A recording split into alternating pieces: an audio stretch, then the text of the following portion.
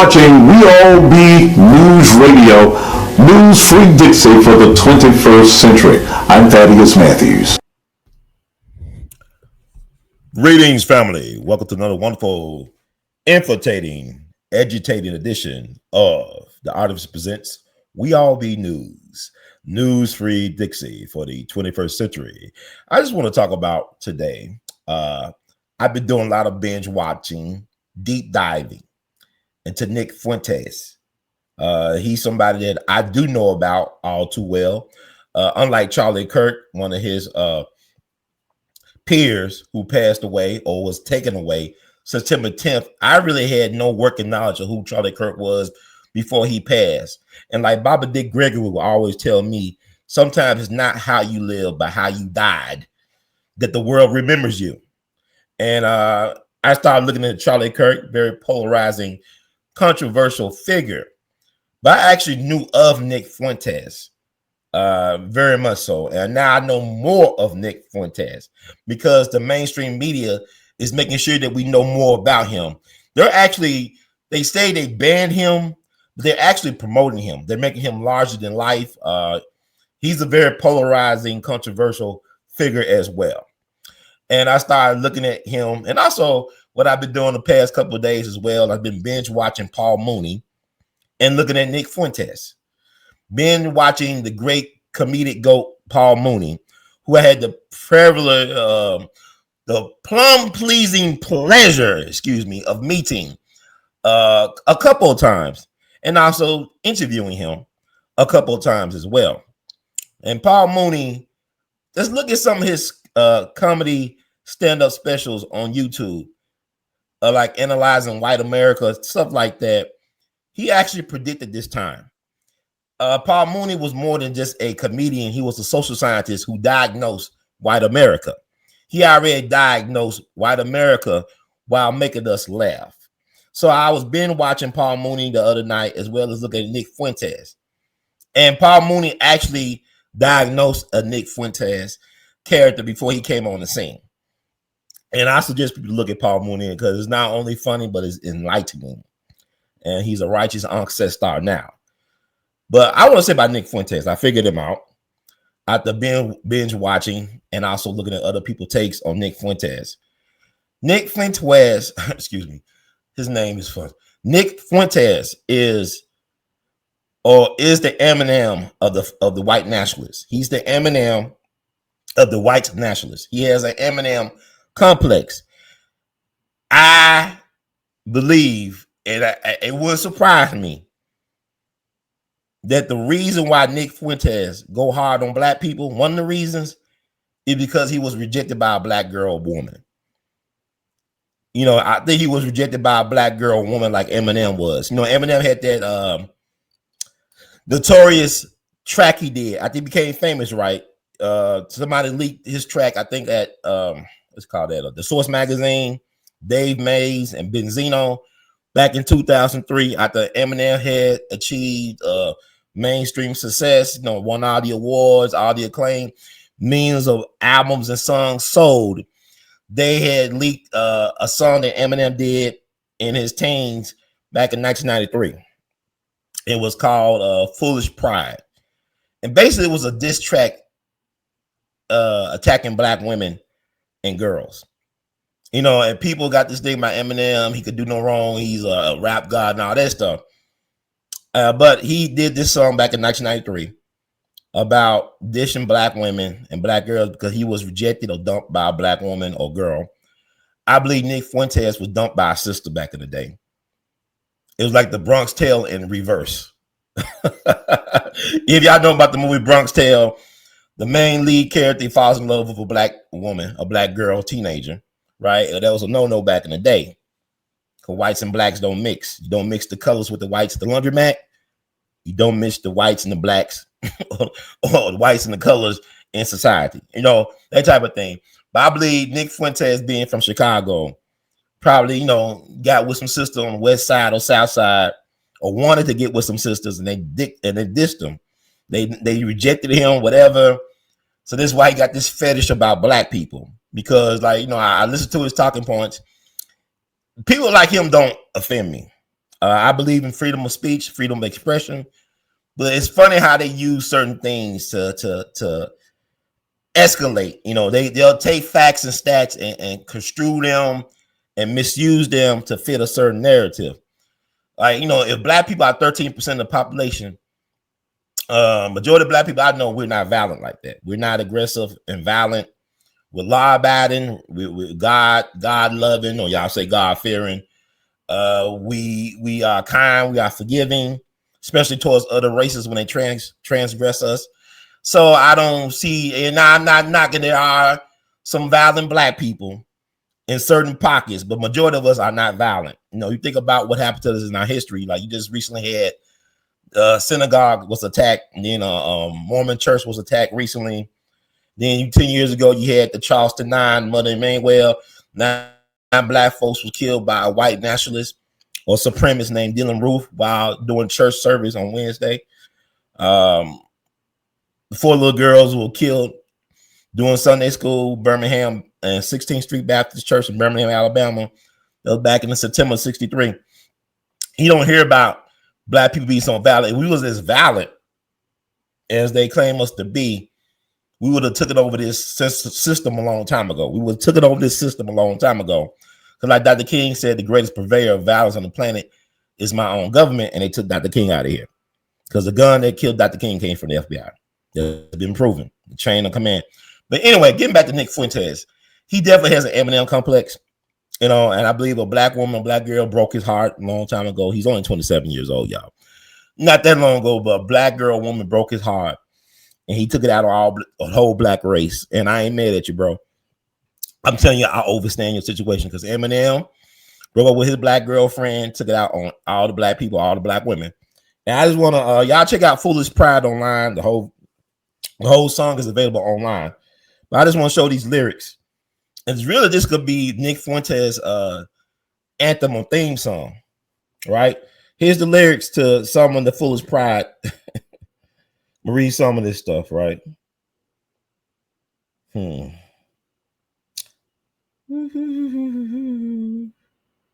But black girls only want your money because they're dumb chicks. So I'm going to say like this. Don't date a black girl. Take it as a dish. If you want, but if you don't, I'm going to tell you like this. I surely won't. Never date a black girl, because blacks only want your money. And that ish ain't funny. So I'm going to say, look, honey, why do you do this? You know, you step up to me like you are a Brutus. Then you try to grab my spinach because it's green and that's cash. So get out of here, because I don't need your eyes. I said that before. But that's okay, because like I said, you're a whore. Black girls and white girls just don't mix, because black girls are dumb and white girls are good chicks. White girls are good. I like white girls. I like white girls all over the world. White girls are fine and they blow my mind. And that's why I'm here now telling you this rhyme. Because black girls, I really don't like. We don't mix. It's like riding a bike when you're pedaling hard uphill both ways. You know it's kind of hard. And that's why I say to you, I'm giving you a little advice. Don't date a black girl. If you do it once, you won't do it twice. You won't ever do it again, because they'll take your money. And that ain't funny. So I'm going to say, look, honey, I've already said that before. But like I said again, you're nothing but a big whore. So when Mike catch on the baseline, that's okay, because we will not just waste time. I'll get straight to the point. Black girls are idiots.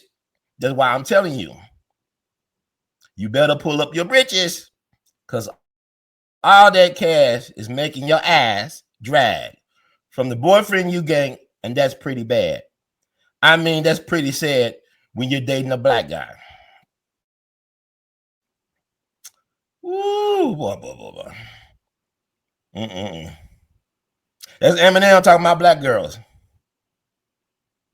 So that's like, it's a little bit of foolish pride, right? You can listen to the song.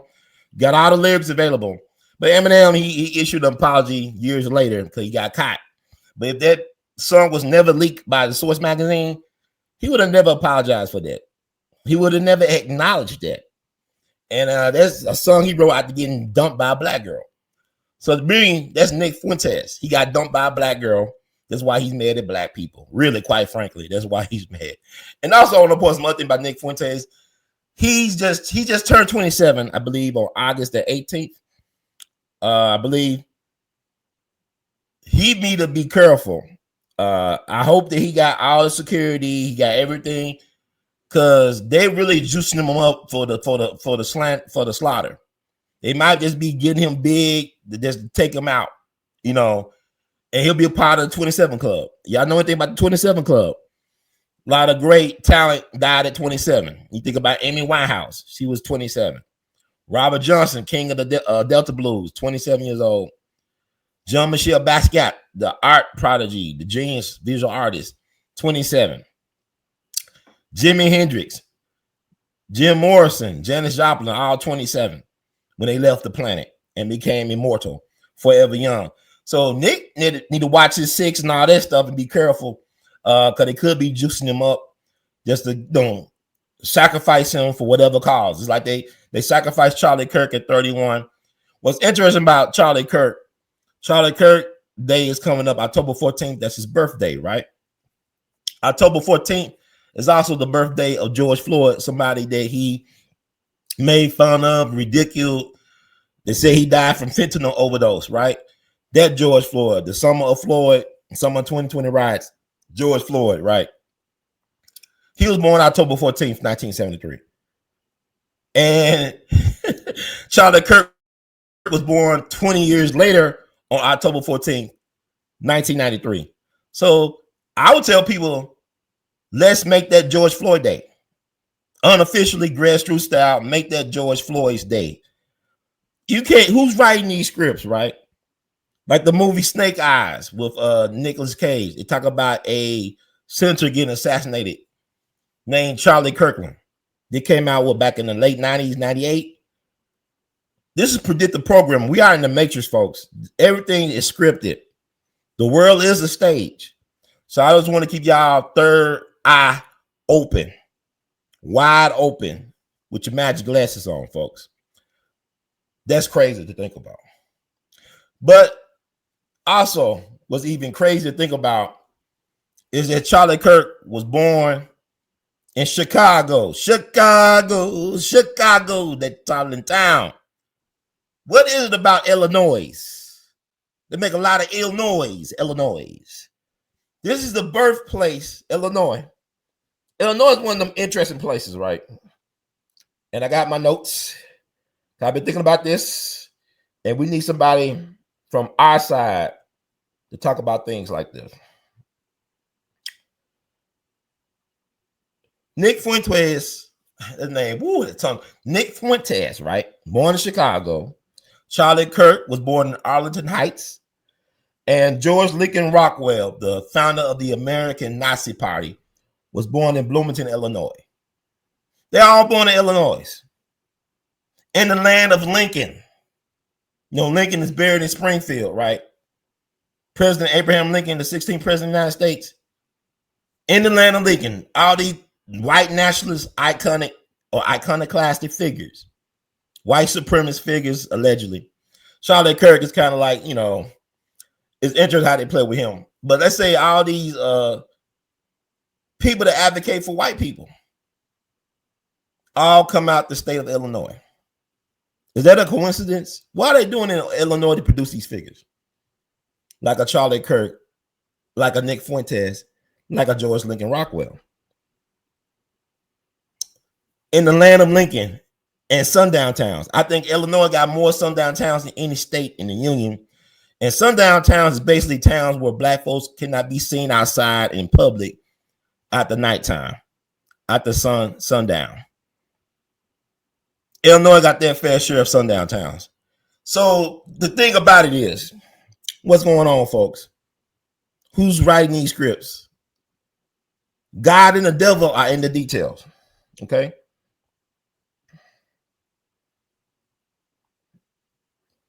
This is my notes. You know what's funny about Eminem, Nick Fuentes? They both were made by black people. Nick Fuentes and Eminem. To me, Nick Fuentes is like a stand-up comedian. He's a frustrated stand-up comedian. That's why, because I don't, his remarks or commentary doesn't bother me. He's kind of like, he's a cross between Eminem and Lenny Bruce.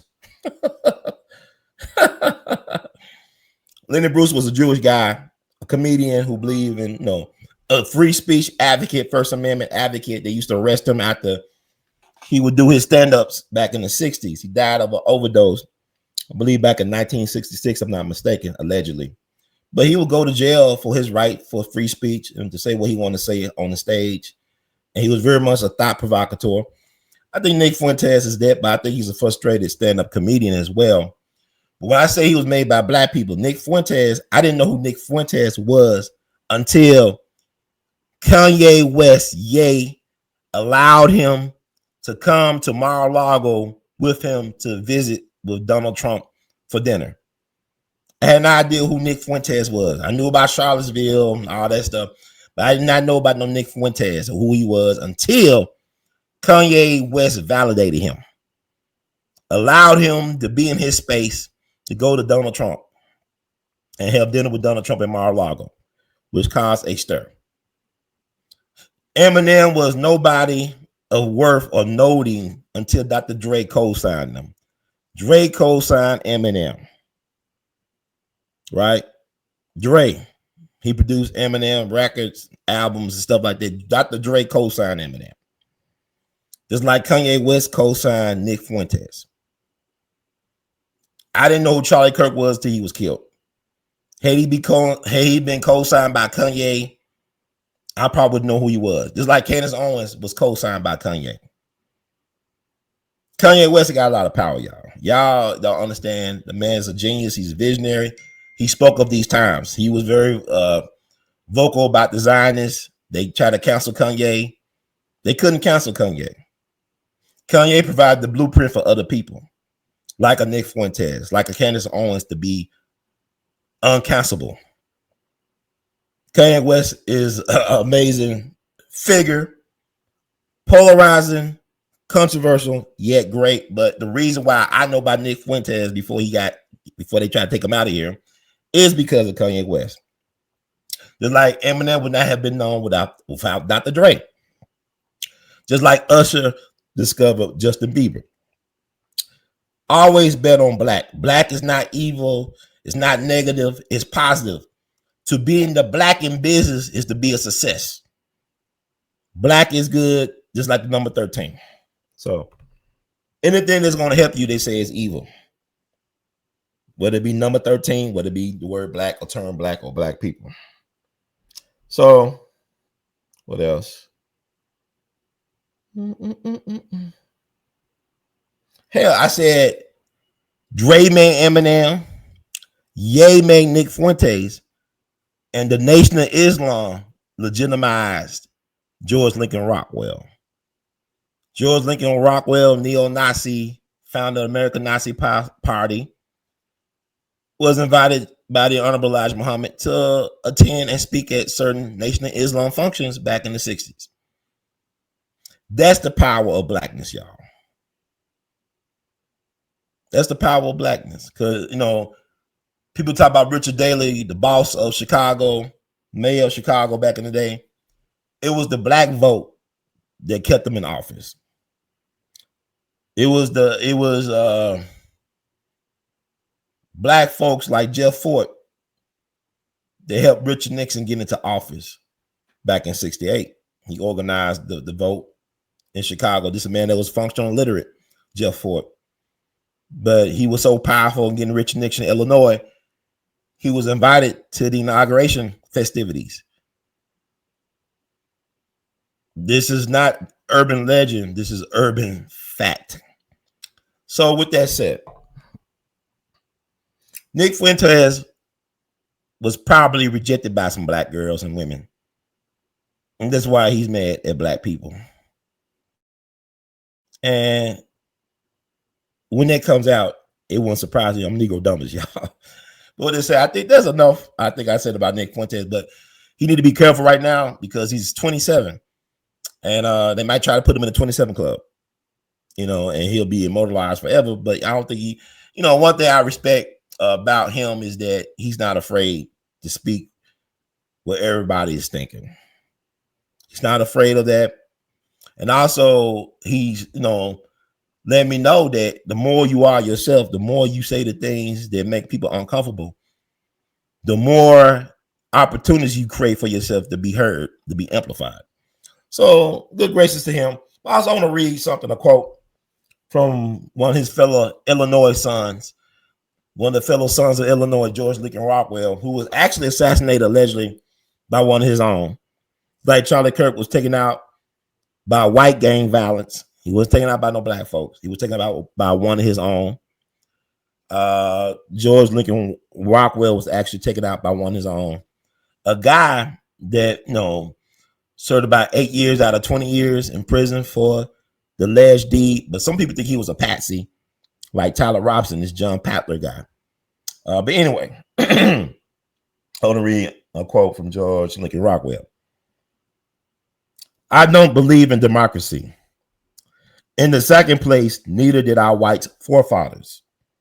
I believe, as they did, in a Republican authoritarian republic with a limited electorate, just like the one the writers of our Constitution meant this country to be.